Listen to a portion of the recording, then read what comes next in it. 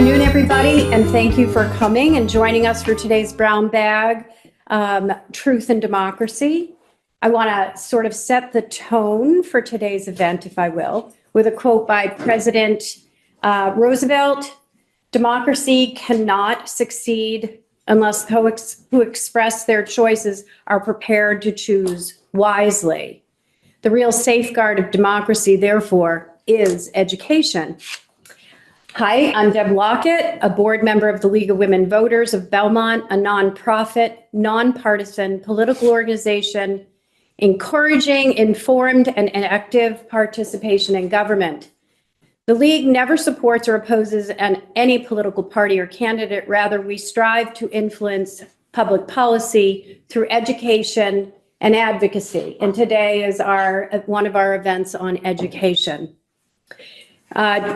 Joining us today, our event is brought to you by our partners, Belmont Media Center and the Belmont Public Library, both of whom have specific and direct interests in delivering truthful content. Jeff Hansel is our executive director of the Belmont Media Center, and among other things is supporting our technical needs today. Please know that today's recording will be edited and rebroadcast on our public station. Okay, that wasn't happening. Okay. And other community stations around the state. And Lauren Fender, Assistant Director of our Belmont Public Library, is supporting the presentation and recognizing questions.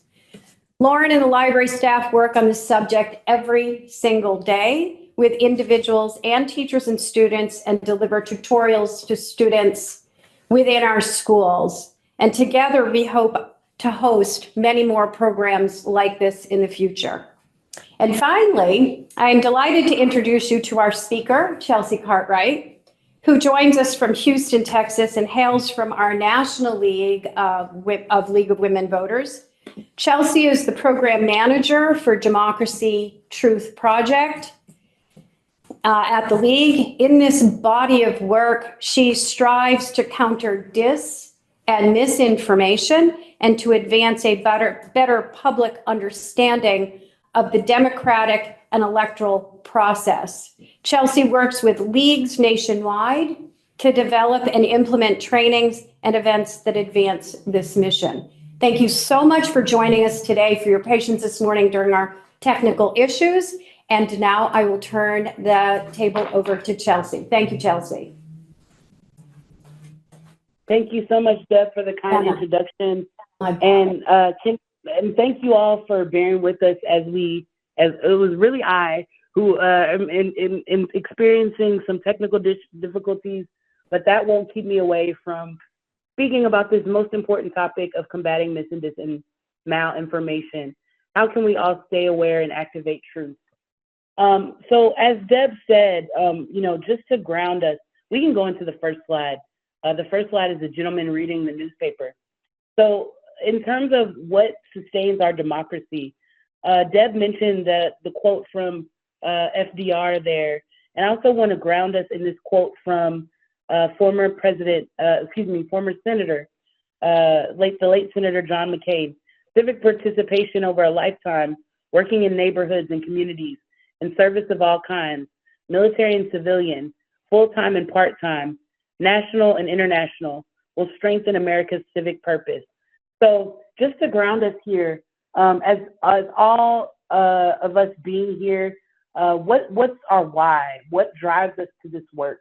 I know what drives my work at the League is my 4-year-old goddaughter, Aaliyah, and working to create a more sustainable and equitable democracy for her. So as we come together as patrons of our public library system, or patrons of the Belmont Media Center, or League members, let's all think about what drives us in this work and what brings us together in community here today.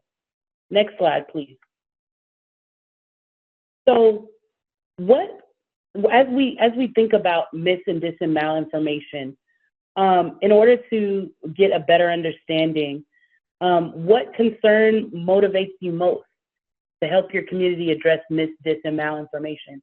Take some time here in the chat. Think about the issues that stand out to you? Is it the issue that people won't vote? Is it the outcome of the election will be compromised? Is it people won't trust the outcome? Or there could be violence? Or is it something else? So we'll take a few moments to pause here. Share with us in the chat what stands out to you in terms of these concerns that motivate us to address mis, dis, and malinformation.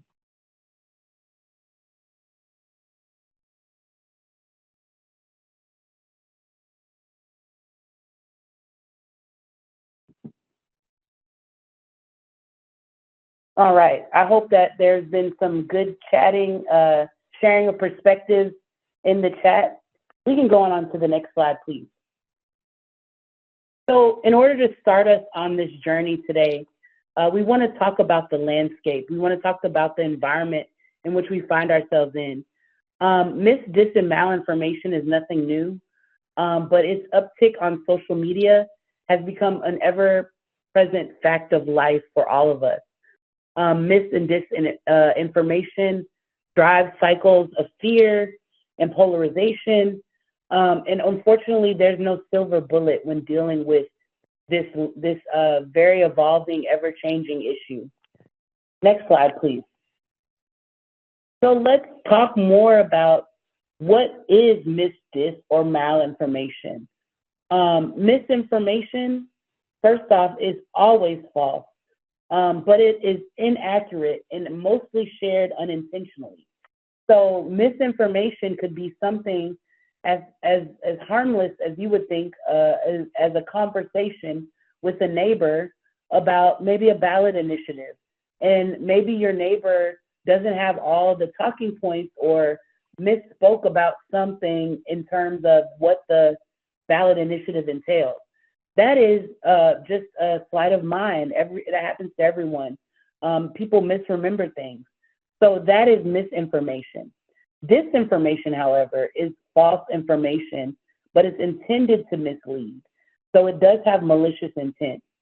So disinformation can be targeted to at-risk communities, to marginalized communities, to communities of color, LGBTQIA communities, differently abled communities. This disinformation is targeted to mislead this certain group of people. And similar to disinformation, malinformation is based on facts, but is used out of context. This misleads, it causes harm, or manipulates folks in terms of what it does. So understanding those different three categories is really it's important to level set there to understand. This pervasive disinformation, it aims to deliberately disrupt, to amplify mistrust, to sow chaos and doubt and confusion. So through the lens of dis and malinformation, there's a significant threat to our security and well-being as U.S. citizens, because people are spending an ever more growing amount of time online. Next slide, please. So how do we underscore mis, dis, and malinformation? How do we get a better sense of how to deal with these issues? We've got to understand the tactics. So there are some key forms of problematic content. Let's start off first with missing context. So images, statistics, information might lack important details. This might mean that something is taken out of context, in terms of the facts not being anchored. There's something missing in terms of the full picture of what you're trying to understand fully. The next one, faulty logic, presents logical fallacies like false equivalence, jumping to conclusions, or a straw man argument, whereas this must be true, therefore this has to be true, or someone feels strongly about something, therefore it has to be the case that it's true. The next one, obviously, is very, very explicit, hate and dog whistles. These are terms or themes that divide based on identity. They're explicit language. derogatory, things that really are categorized under hate crimes or things that are incendiary. Conspiracies, that's self-explanatory as well. Blaming things that are hard to understand on something other than what is actual, what is factual. So jumping to conclusions, running towards a conspiracy theory to then explain for, a bigger or larger issue. And then finally, old or out of context, something that might once have been relevant, but not might be relevant today. So it's important to understand the difference in those things. It does not have to be false to be a problem, but understanding those different tactics will guide us in how we address and how we have a better undertaking of the landscape amidst this and malinformation. Next slide, please. So as we look into missing context, you'll see a tweet on the right here that was taken from last election cycle, but it really goes to show these, of course it says, the tweet says, illegal aliens are far more likely to commit federal crimes based on statistics. They are 7% of the population, yet they commit 72% of drug possession, 33% of money laundering, and so on and so forth. But the question remains, where are these numbers coming from, and in what terms are they being used? 7% of what population? The United States population or a particular state? And there's contextual information that's missing. So these numbers could easily have been manipulated. They could have been reached for in thin air. There has to be some grounding in terms of context, and that is missing here, which makes this the missing context example. Next slide, please. So faulty logic. This is another tactic that's used that is based on many of these different subtopics that are under this faulty logic claim here. False equivalence. So again, equating something, X plus Y must equal Z, but you're not understanding how we got to X or how we got to Y. A red herring theory of, this is a kind of like a, I'm blanking on the word, but something that stands out, something like I'm thinking of the book by Malcolm Gladwell. I'll think of it, but I can't think of it right now. Something that stands out as an underlier, something that is like, something is not like the other. So this must mean that this is how we jump in this logical gymnastics. But also the straw man theory of how one thing must lead to another. So the straw man theory says that just because I think it's so, it's true. And then slippery slopes, jumping to conclusions, and an appeal to authority, meaning what authority or what sense of power over can I insert here to build some sense of a perceived authority or perceived credentials. Those are all examples of faulty logic. And so, we can go to the next slide, please. The next one speaks to things being out of date, things being irrelevant, old context. Again, in this tweet or this headline, you'll see, nearly 200,000 Florida voters may not be citizens, but you look further down and you're able to see there's a citing of a 2012 election, nearly 200,000, voters may not be citizens. But then there's also a report of 180,000 folks in this all has a date and time stamp of 2018.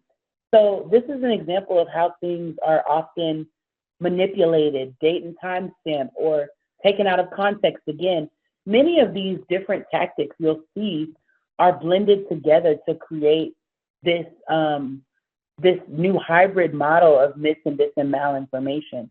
So folks are getting targeted with this information from many different source modes. And we can go to the next slide, please. So why is dis and malinformation spread? These are the pervasive forms of disinformation, information that's intended to cause harm. They're spread because of political, ideological, or financial motivators. Bad actors are encouraged by their amusement, their revenge or extortion. There could be more nefarious forms of harassment or other reasons, but these bad actors all share the same benefit to prey upon a poorly informed population and manipulate them into their advantage. We can go to the next slide, please. So why do people fall into the belief of subscribing to mis and disinformation? Of course, it happens to all of us because, as I mentioned, many of these forms of information sharing are rapidly increasing online and in our everyday life, even in personal conversation with folks, with loved ones, with friends, family. But again, this plays upon our emotional and cognitive manipulation. Sometimes bad actors use dis and malinformation as a way to calm fears, anxieties, and anger. Again, it's often based in a kernel of truth, which makes it somewhat believable, but then that is often totally taken out of context.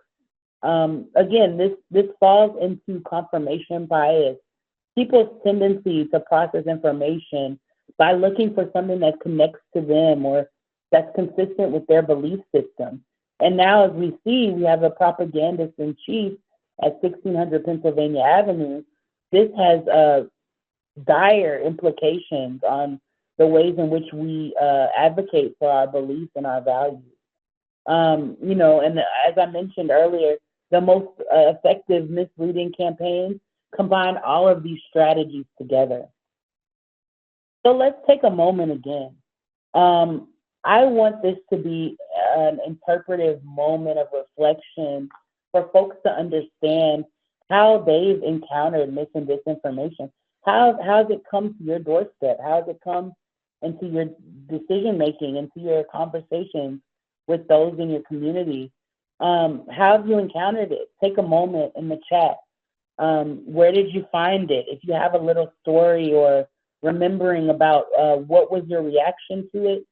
And most importantly, did you push back or did you report the findings?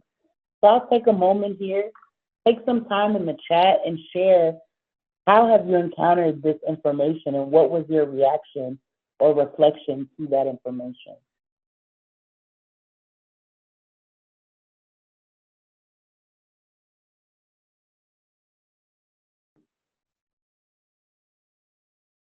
Again, I think mostly the way in which we fight back is not in squaring up on the line with bad actors or in person for that matter, or having a word salad with bad actors or even engaging them, but how are we more informed as communities of trusted messengers to be able to disrupt this information?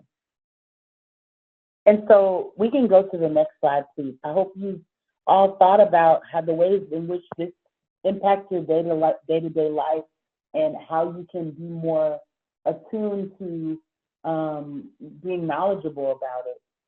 So now we're going to go into the ways in which AI has a role in the spread of mis and dis and malinformation.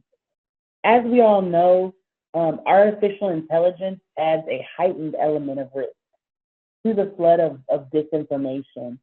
You know, AI, for better or for worse, it's here to stay.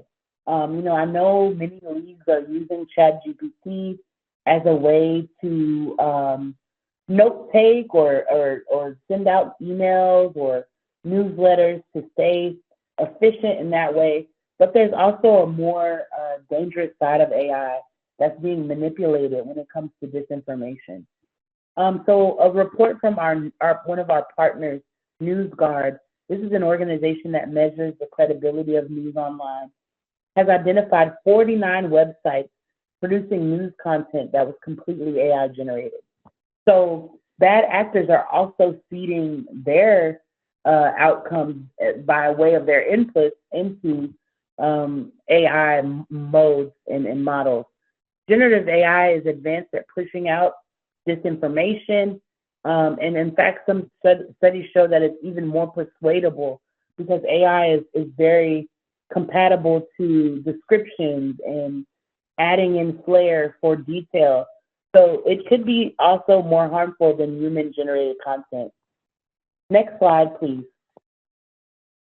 So AI's impact on disinformation.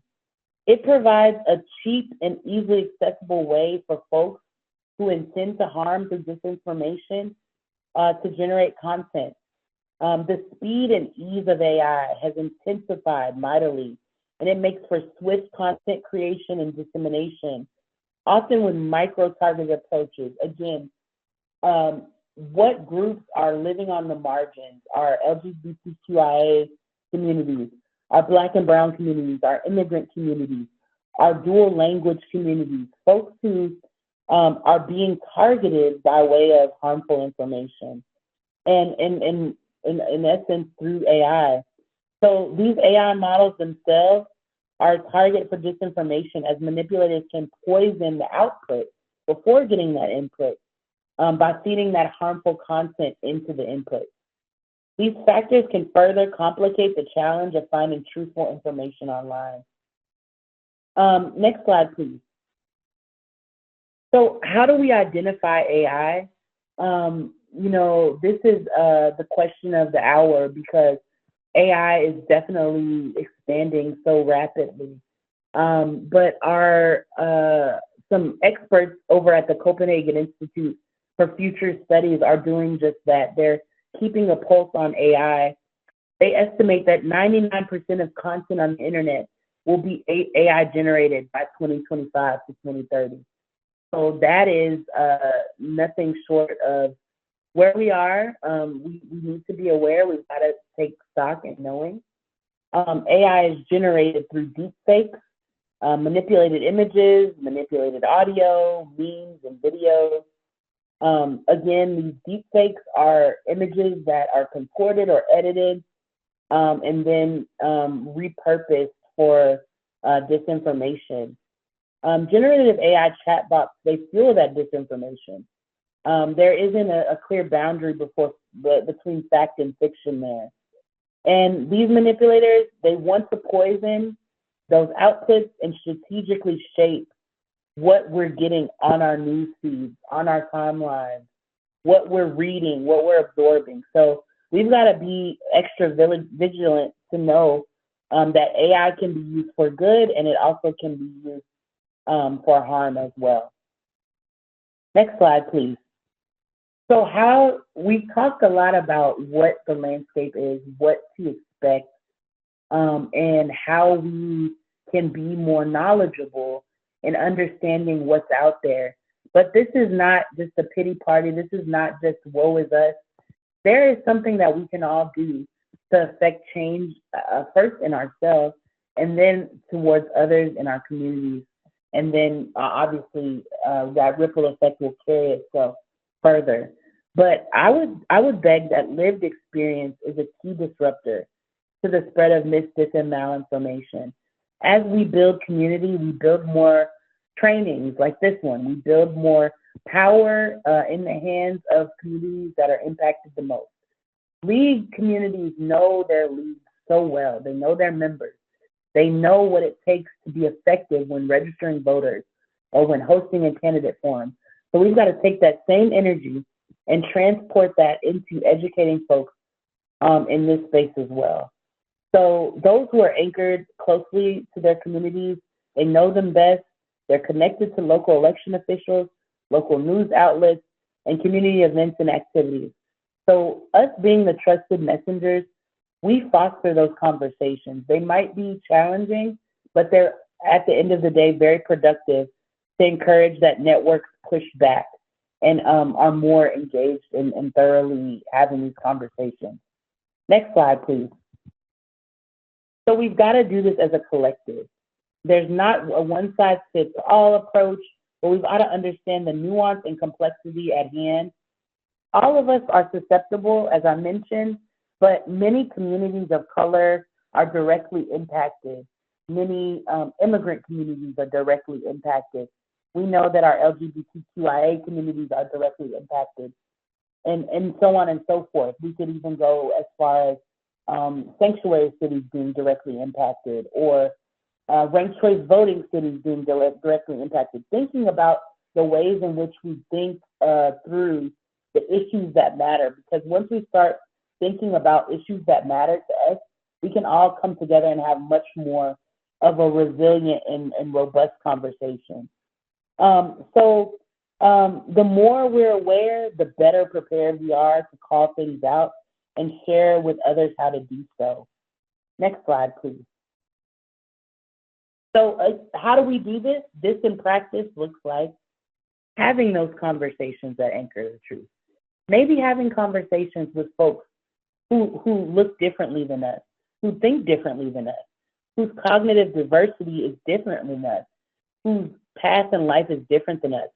How do we collaborate with organizations to renew public trust in our democracy? Now's the time. We can't wait. We can't wait. We're here. We're in it. We've got to elevate awareness around the polarization that mis-dis and malinformation creates. And again, this is a 24/7, 365 type of agenda. Obviously, it's a marathon, not a sprint, but we've got to understand the ways in which yellow journalism has evolved and made itself accessible and outright the mouthpiece, I'd say, of the highest level of government. We've got to be able to understand that the power still remains in people power. Those community connections to foster engagement to reduce harm. So I encourage everyone to build up those trusted networks, because we're all a part of that in our communities. So now let's go to the next slide, please. We'll jump into some quick do's and don'ts when addressing mis and disinformation. Always, before you share any information, verify the information, the validity, the credibility. Ensure that the message is accurate, actionable, and aspirational. Pause a few moments before you respond, and don't react immediately if you're encountered with mis, dis, and malinformation. Take those moments to really absorb the content, and then focus on solution building. Focus on what you can do, not to be defensive or to respond angrily, but to say, hey, this is how I can anchor the facts in what I know to be the truth, and this is how this argument that you're presenting to me is not based in fact. Next slide, please. So read beyond the headlines.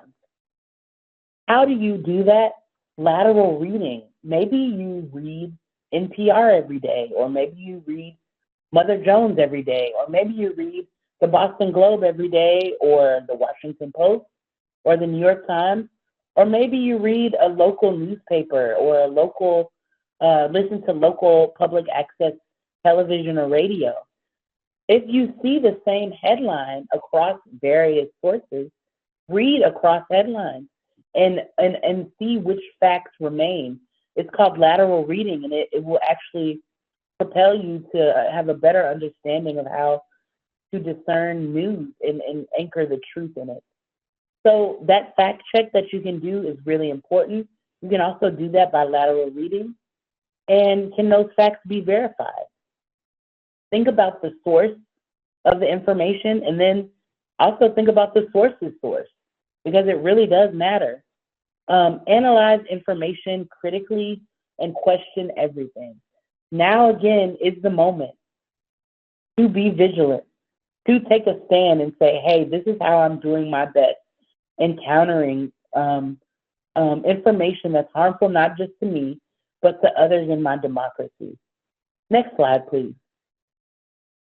So cultivating that awareness on social media is truly key. The SIFT method of stopping, investigating the source, finding better coverage, and tracing claims to the original source is very, very, very crucial. Having a keen understanding of situational awareness or informational awareness.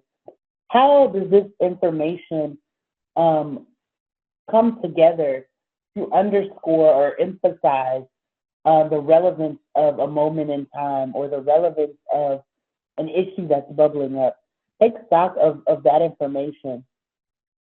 Understanding algorithms that lead into echo chambers.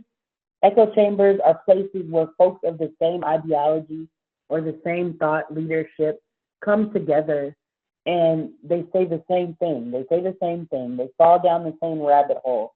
Understanding that when you combat mis and disinformation, you disrupt those echo chambers. Having that healthy skepticism of content is truly important because trolls and bots, they're everywhere, not just on social media, but they're on, they're counter protesters. They're folks who are maybe different in terms of where you come to stand on issues, but they're real life people that are behind keyboards and in real life doing these things. So, and it's key to note, social media platforms are backing off of enforcement. So it's up to us to be able to do our part. Report things when you find them to not be verified or actually rooted in truth or fact. Disinformation online is top down and bottom up because it happens between bad actors and online crowds. Next slide, please. So we've got to amplify our network, amplify our impact. Stay grounded and connected to local news sources. Independent news, I can't underscore the importance there of building those relationships. Shout out to the Belmont Media Center for doing that and being the trusted media source in your community. So ask those questions, stay curious. We all do it in our work with leagues, hosting discussion groups, reading circles, that civic education muscle. We've got to be able to stand on some civic integrity and talk about civics and where they fit into our democracy. If it was up to me, we would be doing a Schoolhouse Rock for adults because we've got to train folks to be able to know that they can be the ones to educate others in their communities. Train your base, train your networks on how to spot mis and disinformation. We'll go into some scenario planning in just a minute. And utilize 411, our trusted source of election information. Over 105 years of the League doing this work. We are anchored with partner organizations that are committed to dismantling these untruths as well. So sharing those local resources from your board of election, your local election officials, it all makes a difference. So it's up to you. Take a stand and fight back. As we know, we're stronger together. And we'll go now to the next slide on some strategies to push back on mis, dis, and mal. So we've got to inoculate, priming our audience to recognize mis, dis, and mal information. We've got to create the balance with our trusted messengers, understanding that in order to minimize and prevent amplification, lean on our trusted audience members to push out the truth. And finally, debunking, which is shutting down mis and disinformation to limit the spread. So next slide, we'll jump into inoculation. Inoculation, similar to vaccines, it inoculates the bad information with good things, and we become immune to a better sensibility of having those tough conversations when it comes to mis and disinformation. First, start by discrediting the falsehood, naming the motivations that drive disinformation, state the falsehood you want to say, intend to inoculate against without repeating it. So state that falsehood, but don't repeat it, and deliver the factual information to combat the falsehood. So it's again, we do this in real time by having conversations, hey, I actually noticed maybe that information that you shared, I actually come to know something that's a bit more grounded in truth. I have these facts to back it up. Next slide, please. So as we debunk, debunking is creating a truth sandwich. So first layer of that sandwich, we're going to state the truth and name the fact. So lead with the truth, name the fact, and then the second step, we're going to state the falsehood and why it's false. Third and finally, restate that truth and point to a trusted resource. This is where I got my information from. Boom, bam, there you go. The goal is to diffuse confusion and point directly to highlighting those facts and calling out those falsehoods. Next slide, please. So, elements of debunking. Emphasize what is true over what is wrong. Remember to lead with that truth sandwich. Always the core fact when presenting the truth is that the false information needs correcting, right? So when you lead with the truth, you end with the truth. My dad would always used to tell me, you know, and still does to this day, there's the truth, there's what happened, there's the truth, and then there's the person remembering a rendition of what happened. But I know the mainstay equalizer in any scenario or conversation is the truth. So speaking on an untruth, before speaking on it, offer that warning. The upcoming information you're about to receive is untrue. Don't repeat it directly, but then close again on filling the info gap, because we don't want to leave folks with, oh yeah, that was false. No, anchor it again in that truth with a clear explanation that will fill the gap. And clarity is so essential here. Again, when doing this, whether written or in conversation, visual graphics help to visualize the facts so much more clearly and vibrantly when speaking on debunking. Next slide, please. So as we close here, I want to invite you all to be part of this network together. The Democracy Truth Project is in its third year now, but we're stronger now than ever.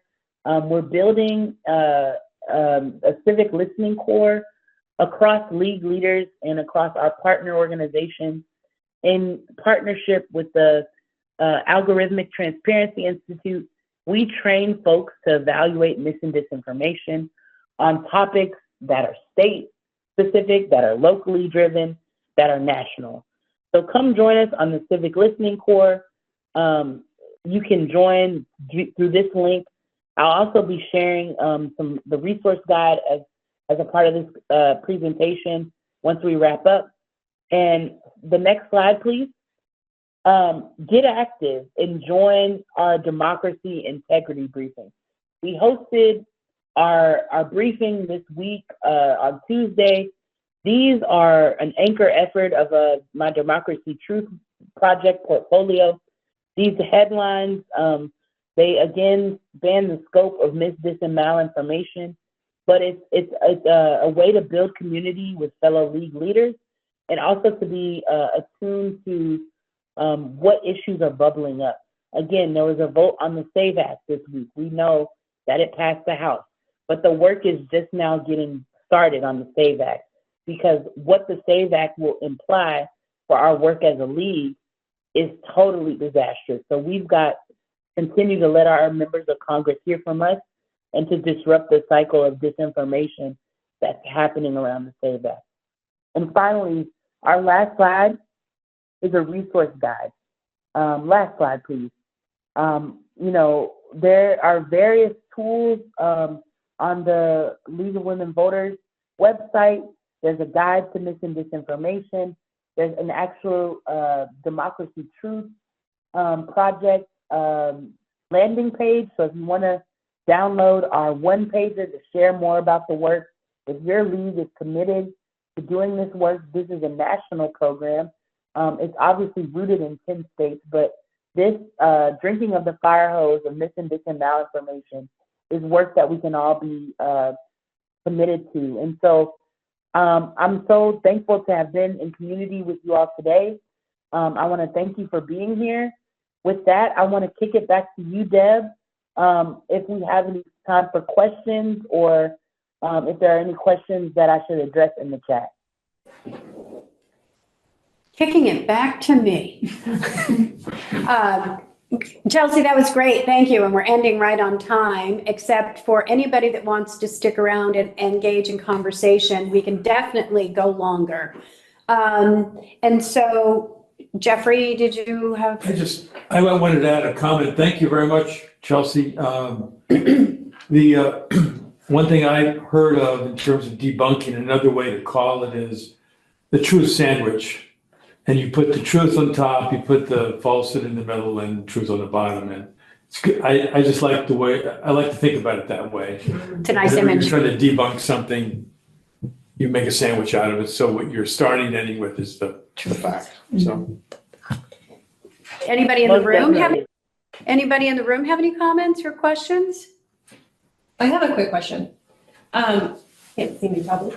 So I was just curious, thank you so much. This was really helpful, and I really enjoyed or it was helpful to see the definitions of the mis, dis, and malinformation. And it's the first time I've heard the term malinformation. And I was just curious what the benefit is of having that distinction from disinformation. Yeah, that's a great question. I actually came into knowing more about malinformation through doing some reading around doxing, and when people are doxed, or when their public information is made available without their consent.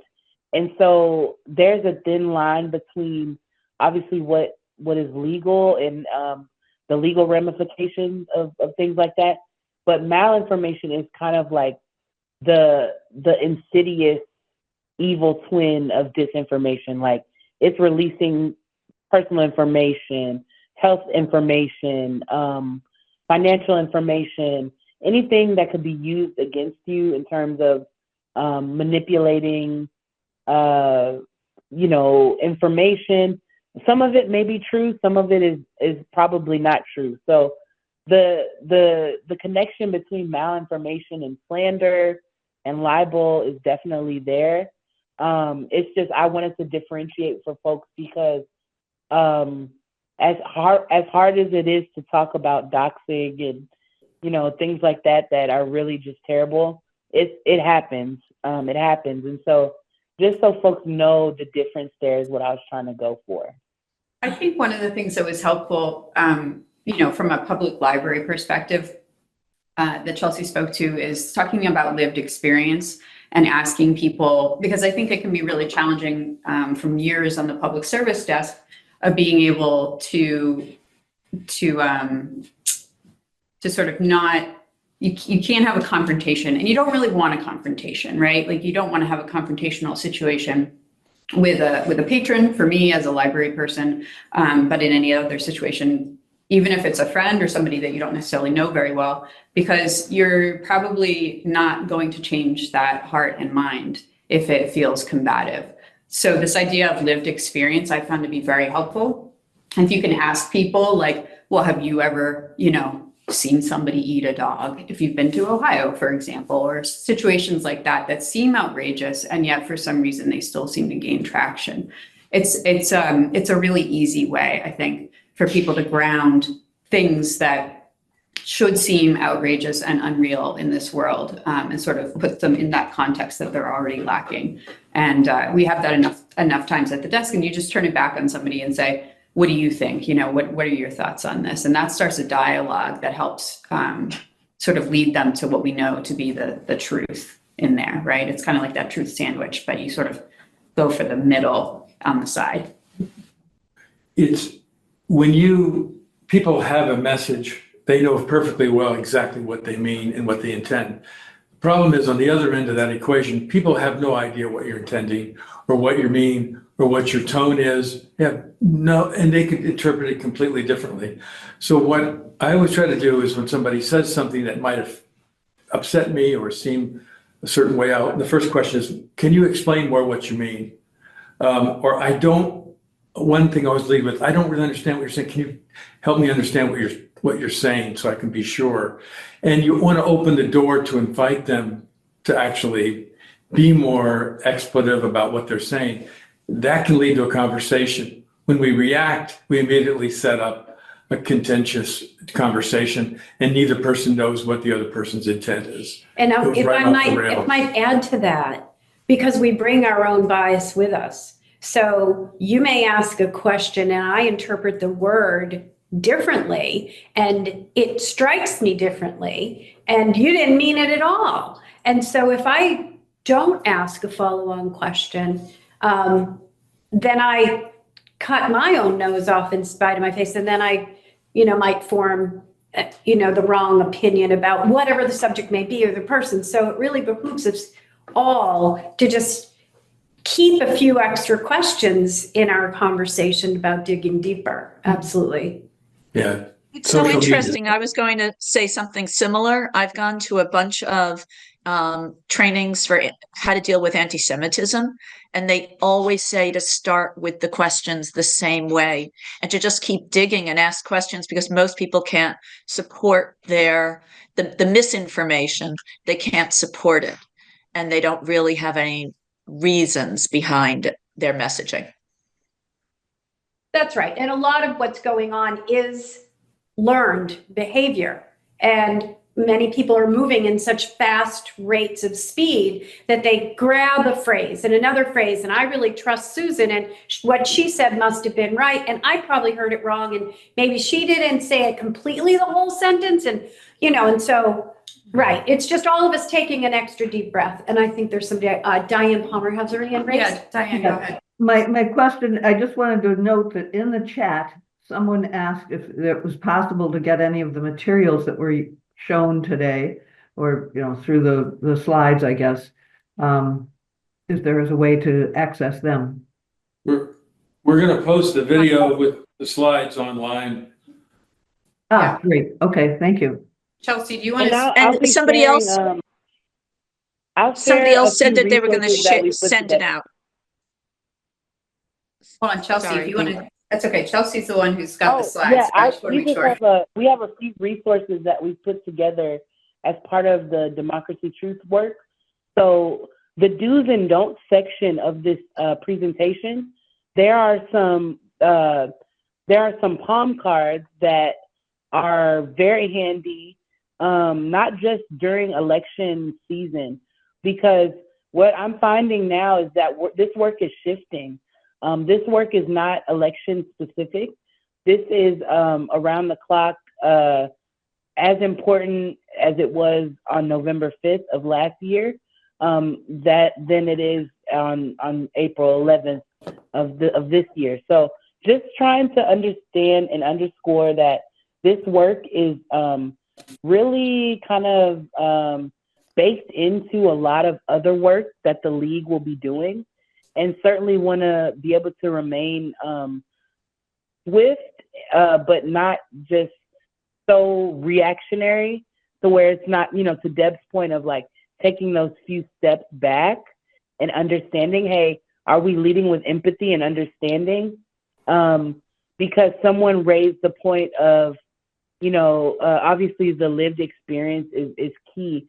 And so just for example, the misinformation around non-citizen voting has completely been propelled to new levels.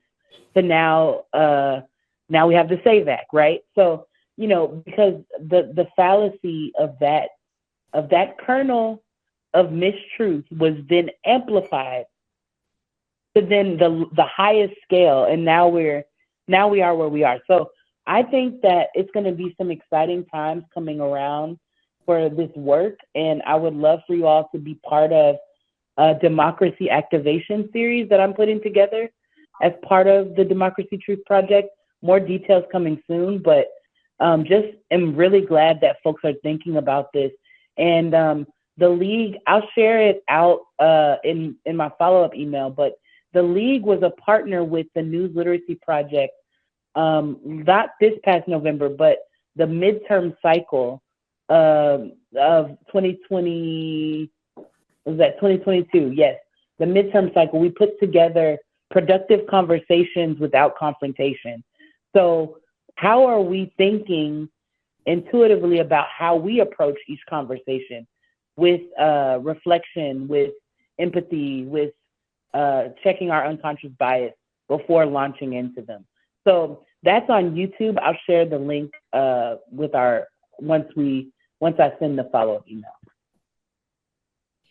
And if I follow up just a smidge, there may be still other questions. We are really interested in hearing who else is interested in moving forward with more subjects like this. Lauren and the library are doing some projects. Libraries across the country are doing talks and presentations on this and other, carry-on conversations that are more detailed, trainings.